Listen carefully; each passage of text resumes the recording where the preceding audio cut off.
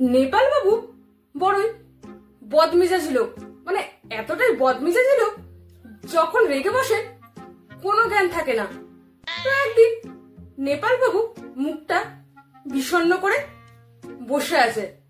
তো এমন সময় মাস্টার বাবু এসে নেপাল বাবুকে জিজ্ঞাসা করলেন, কি হে নেপাল, মুখটা এরকম বিষণ্ণ করে বসে আছো কেন, কি হয়েছে?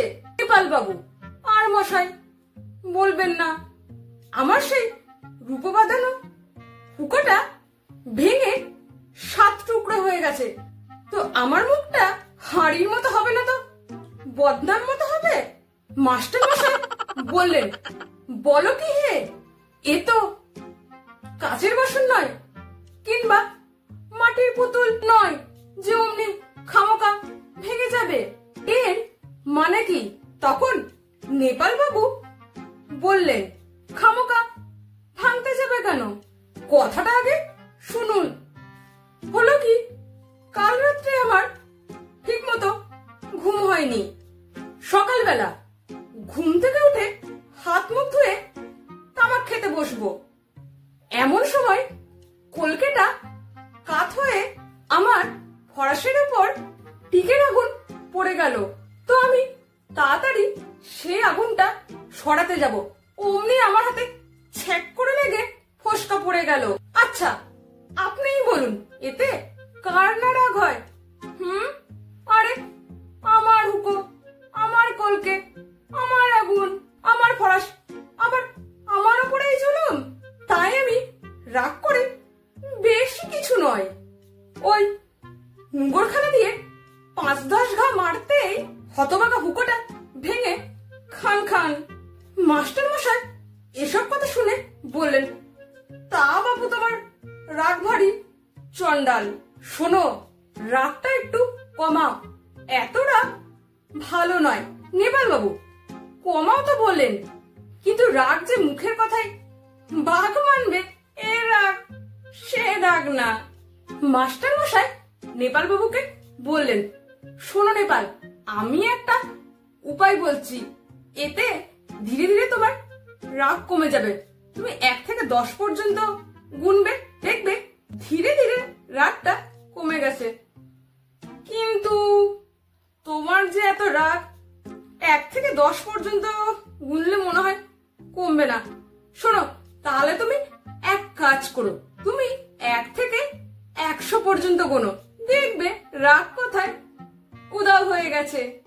তো একদিন নেপাল বাবু স্কুলের সামনে দিয়ে যাচ্ছেন, তো তখন ছুটির সময় ছেলেরা সেখানে খেলা করছে। তো খেলতে খেলতে হঠাৎ করে একটা পাথর নেপাল বাবুর পায়ে এসে লাগলো। আর যাই কোথায়, নেপাল বাবু উড়ি বাবা উড়ি মা করে লাফিয়ে উঠলেন। আর ছেলের দল একেবারে এইসব দেখে চম্পট। তখন নেপাল বাবুর মনে হলো যে মাস্টার বাবুর কথা একবার পরীক্ষা করে দেখি। তিনি আরম্ভ করলেন, 1 2 3 4 5। স্কুলের মাঝখানে একজন লোক দাঁড়িয়ে বিড়বিড় করে অঙ্ক বলছেন। তো এই দেখে দারোয়ান কিছু লোককে ডেকে আনলেন। একজন লোক জিজ্ঞাসা করলো, কি হয়েছে মশাই? নেপাল বাবু কোনো কথা না বলে 16 17 18 19 20 বলে বললো, এ কি, লোকটা পাগল টাগল হলো নাকি? আরে ও মশাই, অমন ধরা করছেন কেন, কি হয়েছে? নেপাল বাবু মনে মনে ভয়ানক চটলো, কথা না বলে 29 30 31 32 33 34। আবার কিছুক্ষণ বাদে আর একটা লোক জিজ্ঞাসা করলো, মশাই আপনার কি অসুখ টসুখ হয়েছে নাকি? ডাক্তার বাবুকে ডাকতে হবে। নেপাল বাবু রেগে আগুন হয়ে বলেন, 59 60 61 62 63।